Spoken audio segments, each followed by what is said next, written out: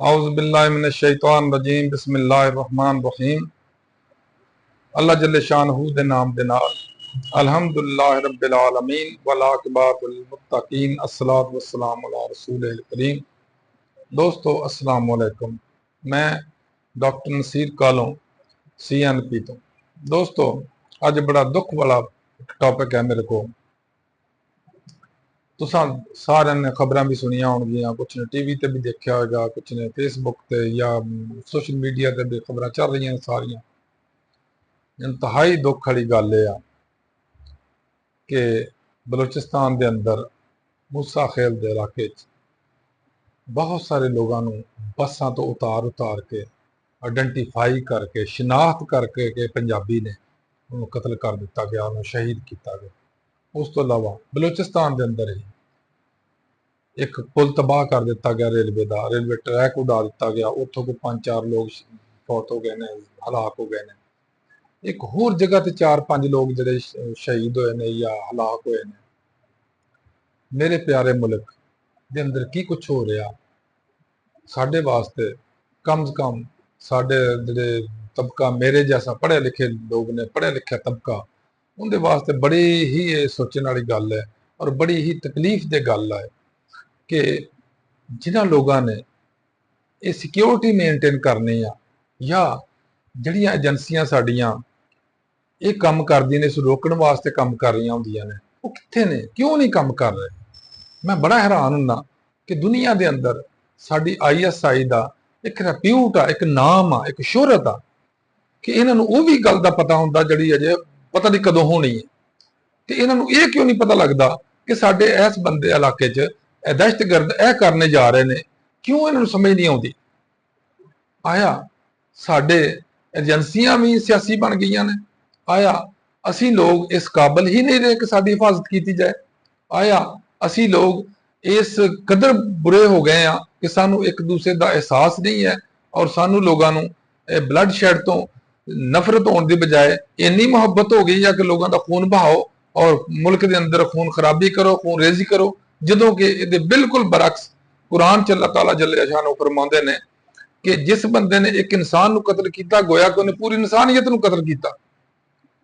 और साथ ही फरमाया कि जे इस बंदे ने नाहक कतल किया उन्हें कोई माफी नहीं है। मैनूं समझ नहीं आती इस कदर लोगों का खून सफेद क्यों हो गया, क्यों इस कदर बेहस हो गए ने, क्यों इस कदर शर्म हो या तो आ रही हो गए ने लोग, क्यों अपने मुसलमान भाइयों के सिर कट्टी जान दे। पंजाबी होना, सिंधी होना, बलोची होना, पठान होना एक अलग इशू आ, वो साडे इलाकों के हिसाब नाल। लेकिन पहले नंबर ते असीं पाकिस्तान मुसलमान आ, दूसरे नंबर ते असीं पाकिस्तानी आ। ये साडा ये एहसास कित्थे मर गया, ये एहसास क्यों खत्म हो गया, ये एहसास साडा कित्थे गया कि असीं पाकिस्तानी भी हाँ और असीं मुसलमान भी हाँ। लेकिन असीं दोनों चीज़ां भुल के इन्हां लोगों ने सब तो पहले असीं बलोची हाँ, असीं सिंधी हाँ, असीं पठान, असीं पंजाबी हाँ, ये लानत क्यों कट रहे हैं। और साडी गौरमेंट जिन्हों सवाए इको काम आ कि अपोजिशन दबाओ, कोई इस गौरमेंट की स्ट्रैटेजी नहीं है कि दहशतगर्दी किस तरह खत्म करनी है, मुल्क च कानून की जी तनजली हो रही है, कानून की खिलाफ वर्जियां हो रही हैं, उन्होंने किस तरह रोकना, ना कोई दिलचस्पी नहीं। सिर्फ एक दिलचस्पी आ कि एक पार्टी में दबा के रखो जी अपोजिशन आ, बाकी मौज करो जो मर्जी करते जाओ। बेड़ा गर्क करके रख छड्या मुल्क का, सत्यानाश कर दिता इस कौम का। ये की कित्थे सानू लैके जाना चाहते हैं, कित्थे सानू जाके डबाउणा चाहते हैं पूरी कौम नूं, पाकिस्तानियों नूं। असीं सब तो पहले मुसलमान हाँ, फिर असीं पाकिस्तानी हाँ और उस तो बाद साडी जो अगे कैटागरियां ने कि असीं किस मतलब इलाके का ताल्लुक रखने, किस जुबान नाल ताल्लुक रखने। लेकिन अजीब इन्हां लोगों ने तमाशा बनाया इस गवर्नमेंट ने कि इन्होंने तफरकाबाजी पैदा कर करके, मैं समझना गवर्नमेंट की सारी पैदावार, वगरना गवर्नमेंट चाहे साडे नाल इंडिया एडा बड़ा मुल्क आ, साडे नाल 15 गुना बड़ा मुल्क आ, उत्थे क्यों नहीं ये कुछ हो रहा। अफगानिस्तान जिथे हमेशा लिए दहशतगर्दी होंदी रही है, उत्थे क्यों नहीं हो रहा। ईरान साडे नाल अटैच है, उत्थे क्यों नहीं हुंदा। चाइना साडे नाल, उत्थे क्यों नहीं हो रहा। सिर्फ इस वास्ते कि उत्थों दी गवर्नमेंटां कंट्रोल एंड कमांड रखदियां ने, साडे ना इन्हां दा कंट्रोल है ना इन्हां दी कमांड है।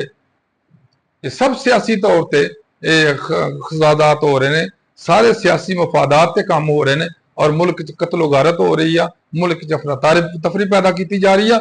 इस गवर्नमेंट दी नलैकियां, नाहलियां और इस मुल्क इस गवर्नमेंट दी करप्शन जिहड़ी है सामने ना आवे। लेकिन हकीकत यह आ, हकीकत अपनी जगह अटल है। इस गवर्नमेंट नहल भी है, नलायक भी है, इनकॉम्पिटेंट भी आ और मुफाद परस्त भी आ। और सिर्फ इको ही मोटिव है, इको ही मोटो है इस गवर्नमेंट का कि पैसा बनाओ, अपोजिशन दबाओ और मुल्क चों आराम ना बाहर हो जाओ। खुदा दा खौफ करे, साडे अदारियां नूं सोचना चाहिए है कि मुल्क के अंदर की कुछ हो रहा, मुल्क के अंदर अफरा तफरी मची आ, खून रेजियां हो रही ने और साडे अदारे भी खामोशी ना बैठे ने। गवर्नमेंट तो खामोशी ना बैठने की समझ आउंदी आ, लेकिन अदारियां की खामोशी की समझ नहीं आती भी ये खामोश क्यों ने। उन्हों का की तल्लक है इन्हां दी सियासत दे नाल। उन्होंने बड़े अच्छे तरीके ना, मैं फिर ये दावा करना कि मेरी ISI जिहड़ी आ वो पूरी दुनिया च जानी पहचानी जाती आ अपनी पॉजिटिव एक्टिविटीज की वजह तो। लेकिन हुण दी एक्टिविटीज कित्थे ने? जदों साडे मुल्क दे अंदर चंद दिन पहले पता नहीं KPK च इस तरह कतलो गारत हुई। उस तो पहले कुछ चंद दिन पहले पंजाब दे विच किन्ने पुलिस दे बंदे हलाक किए गए ने। हुण बलूचिस्तान च कुछ हो रहा। साडे अदारे कित्थे ने, की कर रहे ने? साडी हिफाजत की जिम्मेदारी उन्हां कोल आ, इंटैलीजेंस सारी उन्हां दे कोल आ, इक्विपमेंट सारे उन्हां दे कोल आ। उन्हां कोल क्यों नहीं पकड़ी जांदियां इन्हां दियां जिहड़ियां है आपस कन्वर्सेशन, इन्हां दे आपस च राबते जड़े क्यों नहीं पकड़े जाण दे? लेकिन ये बिल्कुल उल्ट फजूल जियां कभी कोई वीडियो ऑन हो जाती है, सोशल मीडिया ते आ जाती है, कभी कोई फजूल जी टेप रिकॉर्डिंग जी चल पैंदी है। खुदा का ना दस्त बस्ता अर्जा इकतदार के मालकां मुख्तलिफ हल्कियां नूं कि सियासत छड्ड के कम से कम मुल्क की इस्तेहकाम वाल, मुल्क की बुनियाद वाल, मुल्क के मुफाद वाल देखो। इस कौम का मुफाद काहदे चा, मुल्क का मुफाद काहदे चा और ये जो तफरकाबाजी आ, कतलो गारत आ, इस नूं खत्म करो, इस गल तवज्जो दिओ, इनू रोको। ना कि दूसरे सियासत दे विच मुखल हो के सियासतदान आपस दी लड़ाइयां उन्हां दी मुकदियां ते वो इधर तवज्जो ते नहीं दिंदे। लेकिन साडे मुख्तलिफ हरके जड़े ने उन्हां नूं कम से कम सोचना चाहिए कि असीं इस चीज़ नूं किस तरह हैंडल करना और जरूर करना चाहिए। अल्लाह ताला उनकी हिफाजत करे, अल्लाह ताला साडी भी हिफाजत करे, पाकिस्तान की हिफाजत करे। अस्सलाम वालेकुम।